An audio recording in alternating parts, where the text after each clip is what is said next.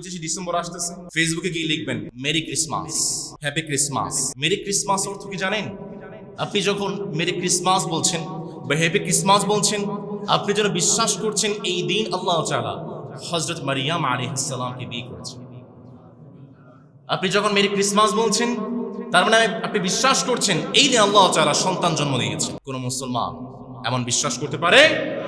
সুতরাং যারাই merry Christmas বলবে, হ্যাপি ক্রিসমাস বলবে, মেরি ক্রিসমাস বলার সঙ্গে সঙ্গে, হ্যাপি ক্রিসমাস বলার সঙ্গে সঙ্গে তার নামটা মুসলমানদের লিস্ট থেকে কেটে যায়। আপনি হয়তো বিশ্বাস করেন না, আপনার পাশে একজন খ্রিস্টান ভাই বসবাস করে, আপনি একটু মজা করে বললেন বা তাকে খুশি করার জন্য বললেন, মজা করার জন্য বা খুশি হওয়ার জন্য বা কোনো অন্য কোনো উদ্দেশ্যেও কোনো মুসলমান কখনো মেরি ক্রিসমাস বা হ্যাপি ক্রিসমাস বলতে পারে?